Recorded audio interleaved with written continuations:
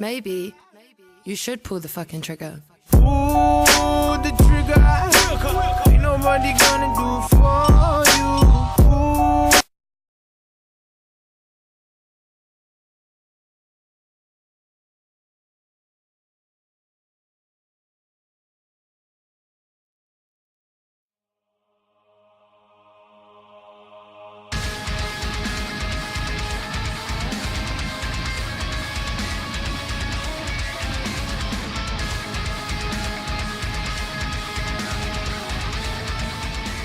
Hello, everybody, and welcome to another episode of The Survivor's Edge.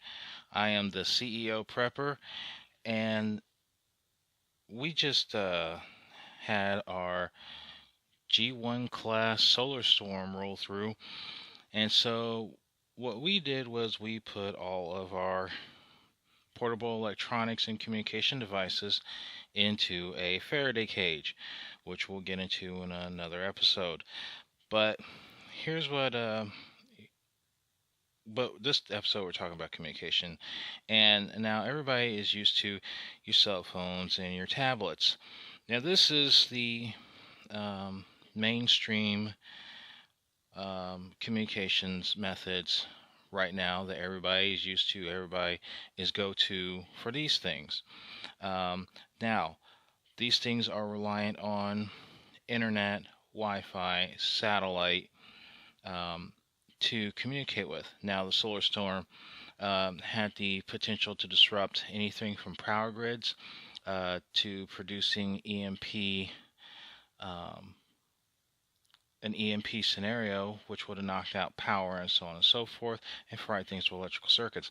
Thankfully, it did not produce much, if any, damage at all. But to take precautions, we did have our items in a Faraday cage for 48 hours while the storm passed. Now, everybody uses their cell phones like we do, uses their tablets.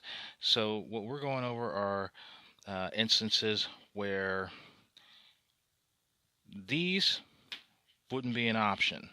These are gone in an EMP or a grid down or even any SHTF, or I'll go one step further, a fall of Rome scenario. So these are gone.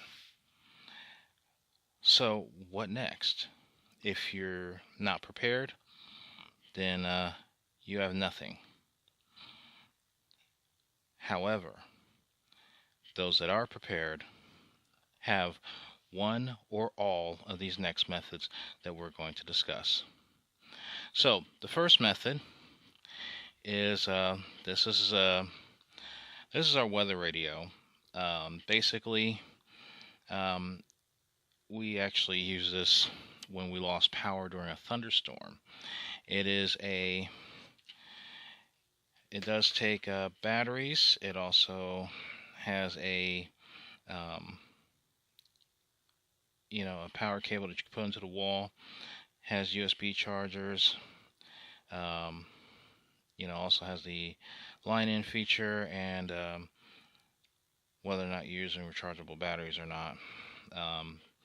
But you can also plug this up, and you can hand crank. This is one of those hand crank radios, so you turn it, and you can get power the old-fashioned way with a little elbow grease. Also, this has a this isn't the one that has that one. Okay. Oh, wait a minute.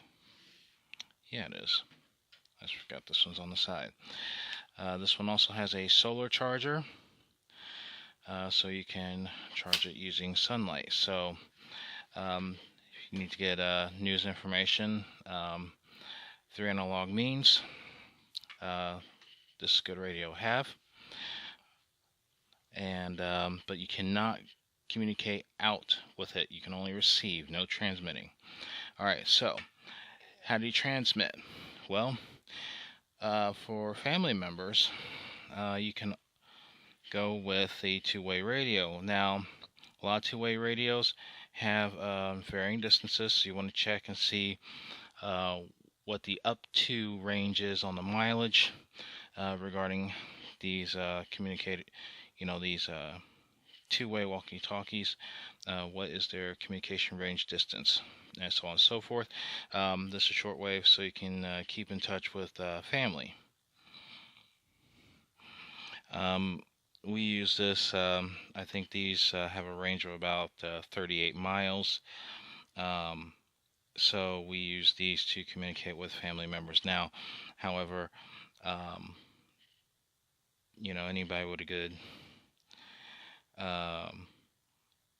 scanner or other device that can pick up two-way signals can obviously kind of listen in or whatever on your frequency, but at least it's something to have in case something goes wrong. Now, I'm just going to say, with any communications device, you do have the possibility of people listening in, but you also have the ability to possibly transmit out, say, if you do need help. So any radio is good, in case you do need help, and cell phones are obviously not the way to go in that regard. Now, next, this is a portable CB radio.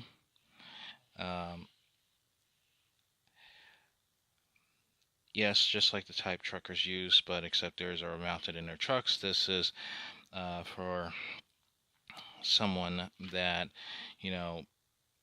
just wants a handheld CB radio.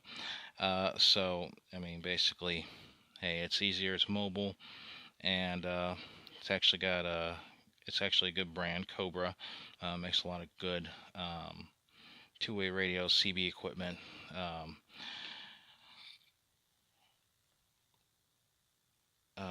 Let's see, what else do they make? They make good CB equipment. They also make very good radar detectors for you speed demons out there. So forgive the lack there. I just woke up, haven't had my cup of coffee yet. Okay. Now, the next thing, and I once read an article that said preppers would have two-way radios and so on and so forth. Survivalists would have one of these. This, ladies and gentlemen, is a handheld ham radio.